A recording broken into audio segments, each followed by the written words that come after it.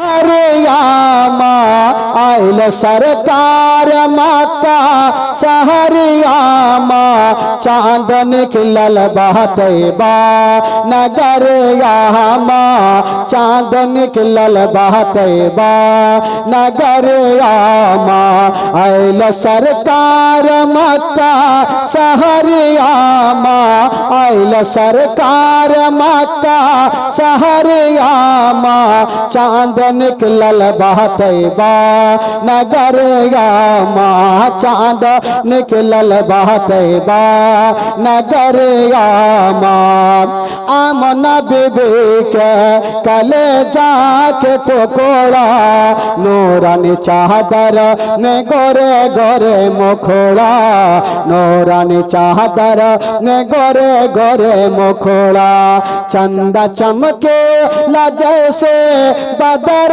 यामा चंदा चमके ला जैसे बदर यामा चांद निकलल बहतैबा नगर यामा चांद निकलल बहतैबा नगर यामा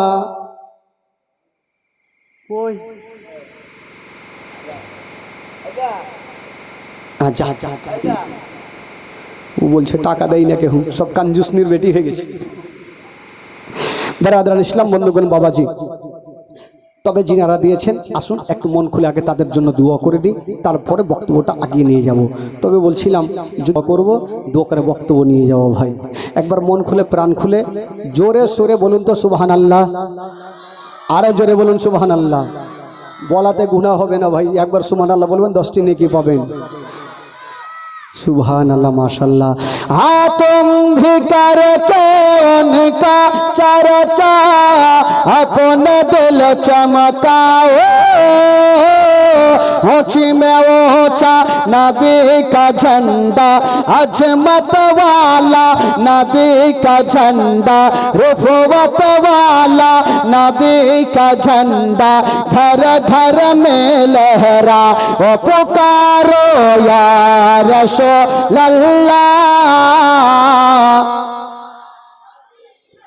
पुकारो या रसूल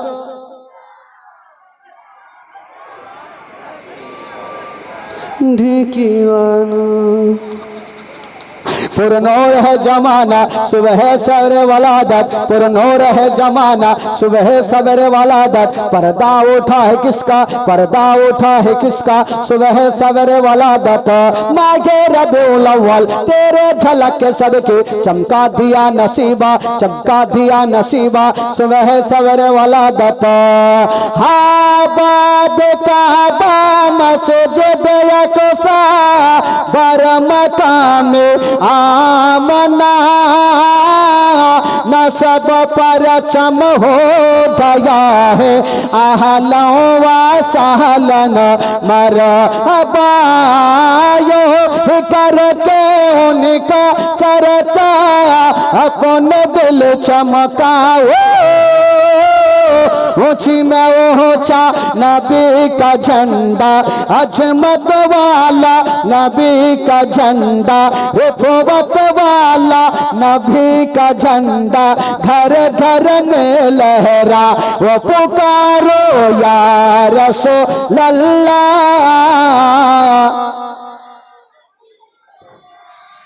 चुप चुप चुप चुप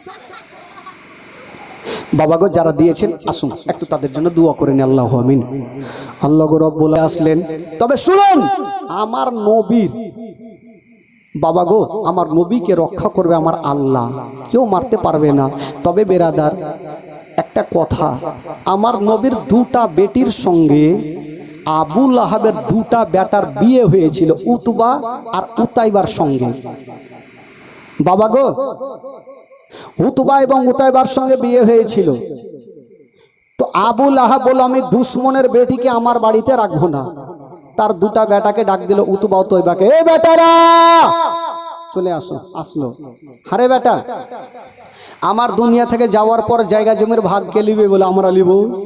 বলে বেটা আমি যা বলবো তোরাকে মানতে হবে। বলে হ্যাঁ মানবো। বলে এক কাজ কর, তাহলে তোরা ওই নবীর দুটা বেটিকে ভাটাভাট এখনই তালাক দিয়ে দে।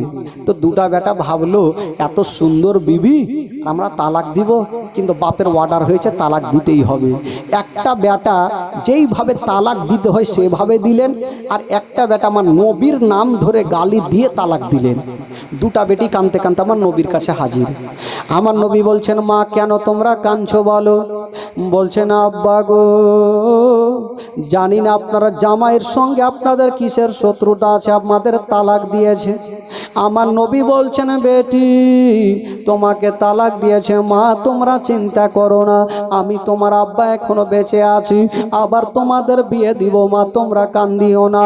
বাবা গো আমার নবী মুস্তাফা দুটা বেটিকে টেনে বুকে লাগিয়ে সান্ত্বনা দিয়ে রাখলেন। তবে বাবা আমার নবী দেখছেন বন্ধুরা একটা বেটি খুশি খুশি জীবনটা পার করছে, আর একটা বেটির চোখের পানি শুকাই না, সব সময় কাঁদছে।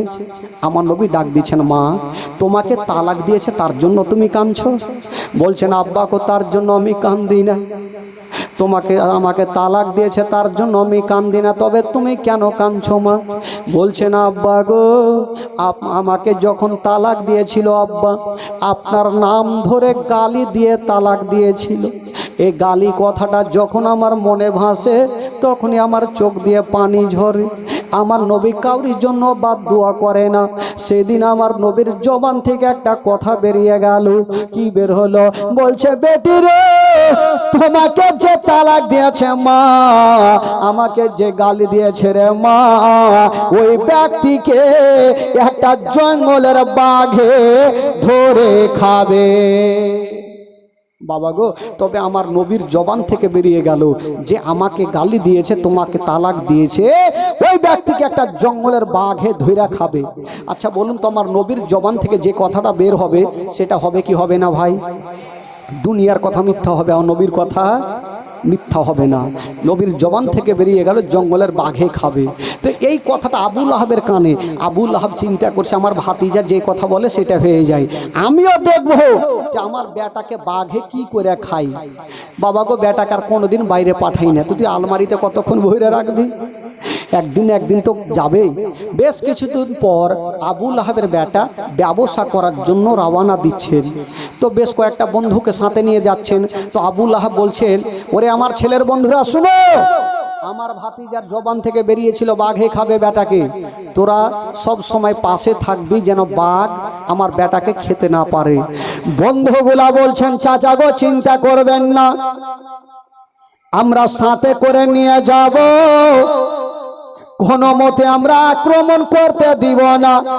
ও যুবক বন্ধুরা, ও গো আমার মা বোনেরা, এবার আবু লাহাবের বেটা বন্ধুগুলাকে নিয়ে বাবা গো এবার পৌঁছে গেছেন। বাবা একটা বিশাল বড় জঙ্গলে পৌঁছে গেল। যেমনই জঙ্গলে যেতে নাই লোকজন বলছেন ও গো আমার বন্ধু আর আমরা রাতের বেলাতে চলবো না, এই জঙ্গলের মধ্যে একটু আরাম করে নি। বাবা গো সবাই গাছের তলাতে বসে গেছেন। তবে লোকজন চিন্তা করছেন যে আমরা শুনেছি আবু লাহাবের বেটাকে জঙ্গলের বাঘে খাবে, না জিন্দেগিতে খাইতে দিব না। তো আবু লাহাবের বেটা যদি শুয়ে থাকে তবে বাঘ তো চলে আসতে পারে, ধরে ফেলবে।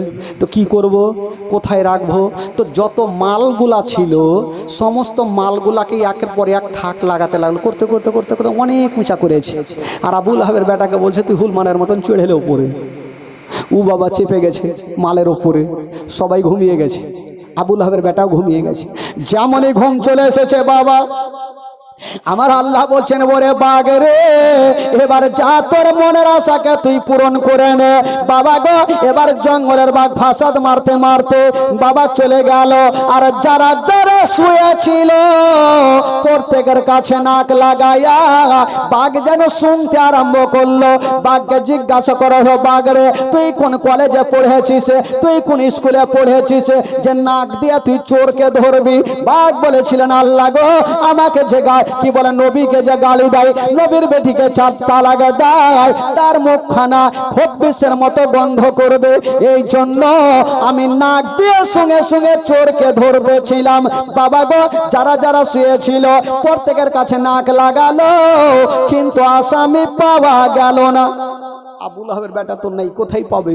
তো বাঘ দেখছে মাল কোথায় গেছে, ওপরে কি আছে দেখি। বাঘ একটা লাফ মেরেছে, বাবা ওপরে পৌঁছে গেল।